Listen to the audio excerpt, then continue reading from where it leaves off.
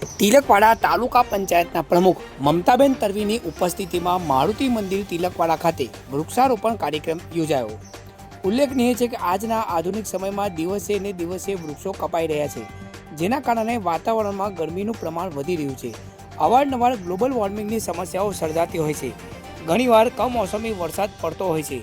આવી સમસ્યાઓને રોકવા અને પર્યાવરણને બચાવવાના ઉદ્દેશ્ય સાથે આજરોજ તિલકવાડા તાલુકા પંચાયતના પ્રમુખ મમતાબેન તરવી તથા તાલુકા પંચાયતના નવનિયુક્ત હોદ્દેદારો દ્વારા તિલકવાડા મારુતિ મંદિર ખાતે લીમડો, પીપળો, આસોપાલો તથા નીલગિરી જેવા છોડવાઓનું વૃક્ષારોપણ કરવામાં આવ્યું, જેથી કરીને વાતાવરણમાં અવારનવાર સર્જાતી ગ્લોબલ વોર્મિંગને સમસ્યાઓને રોકી શકાય અને આવનારી પેઢીને જરૂરિયાત મુજબ ઓક્સિજન મળી રહે તે માટે પર્યાવરણને બચાવવા માટે એક નાનકડો અને સુંદર પ્રયાસ કરવામાં આવ્યો।